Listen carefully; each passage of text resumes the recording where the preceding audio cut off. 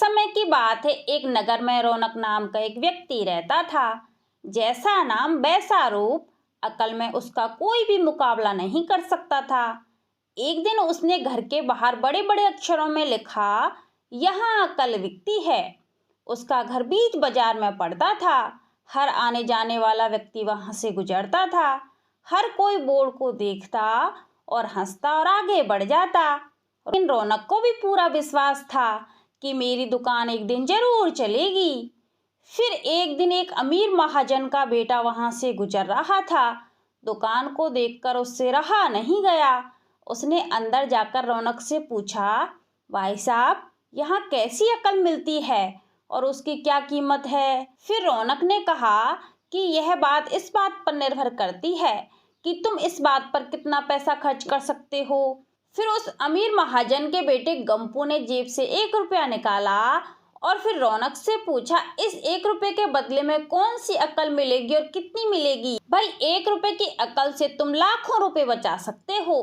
गंपू ने 1 रुपया दिया। बदले में रौनक ने एक कागज पर लिख कर दिया, जहां दो आदमी लड़ झगड़ रहे हों वहां खड़े रहना बेवकूफी है। गंपू घर पहुंचा और उसने अपने पिता को कागज दिखाया। कंजूस पिता ने कागज पढ़ा तो वह गुस्से से आग बबूला हो गया। फिर वह कंजूस पिता गंपू को कोसते हुए वह अकल की दुकान पर पहुंच गया। कागज की पर्ची रौनक के सामने फेंकते हुए चिल्लाया, वह रुपया लौटा दो जो मेरे बेटे ने तुम्हें दिया था। रौनक ने कहा, ठीक है, लौटा देता हूँ, लेकिन मेरी एक शर्त है। फिर वह कंजूस पिता बोला कि तुम्हारी क्या शर्त है, बोलो। फिर रौनक ने कहा, तुम्हारा बेटा मेरी सलाह पर कभी भी अमल नहीं करेगा।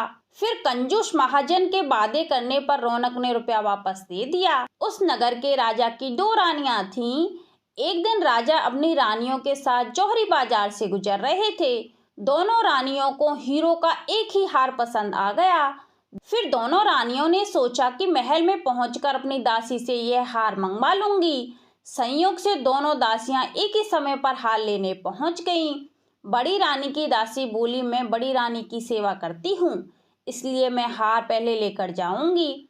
दूसरी वाली बोली, पर राजा तो छोटी रानी से ज्यादा प्यार करते हैं, इसलिए हार पर मेरा हक है। गंपू उसी दुकान के पास खड़ा था। उसने दासियों को लड़ते देखा। दोनों दासियों ने कहा वे अपनी रानियों से शिकायत करेंगी। जब बिना फैसले के वह दोनों दासियां जा रही थीं, तब गंपू को देखा। वे बोली, यहाँ जो कुछ हुआ है तुम उसके गवाह रहना। दासियों ने रानी से और रानियों ने राजा से शिकायत की। राजा ने दासियों की खबर ली। दासियों ने कहा, गंपू से पूछ लो, वह वहीं पर मौजूद था। राजा ने कहा, बुलाओ गंपू को गवाही के लिए, कल ही झगड़े का निपटारा होगा। इधर गंपू हैरान, पिता परेशान। आखिरकार दोनों पहुंचे अक्कल की दुकान। माफी मांगी, मदद भी मांगी। फिर रौनक ने कहा, मदद तो मैं कर दूंगा, पर जो मैं अकल दूंगा उसकी कीमत 5,000 रुपये होगी। वो कहते हैं ना, मरता क्या ना करता। फिर कंजूस पिता ने दुखी मन से अपने जेब से 5,000 रुपये निकालकर रौनक को दे दिए। फिर रौनक बोला, सुनो सेठ जी, मेरी बात ध्यान से सुनो।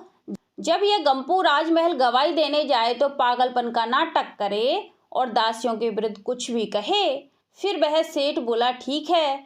फिर अगले ही दिन गंपू राजमहल में पहुंच गया और पागलपन जैसी हरकतें करने लगा। राजा ने उसे वापस भेज दिया और कहा, पागल की गवाही पर भरोसा नहीं किया जा सकता। गवाही के अभाव में राजा ने आदेश दिया, दोनों रानी अपनी दासियों को सजा दें, क्योंकि यह पता लगाना बहुत मुश्किल है कि झगड़ा किसने शुरू किया था। बड़ी रानी तो बड़ी खुश हुई, छोटी को बहुत गुस्सा आया।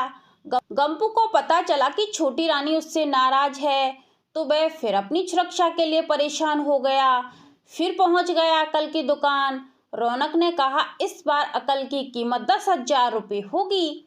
पैसे लेकर रौनक बोला, एक ही रास्ता है, तुम वह हार खरीद कर छोटी रानी को उपहार में दे दो।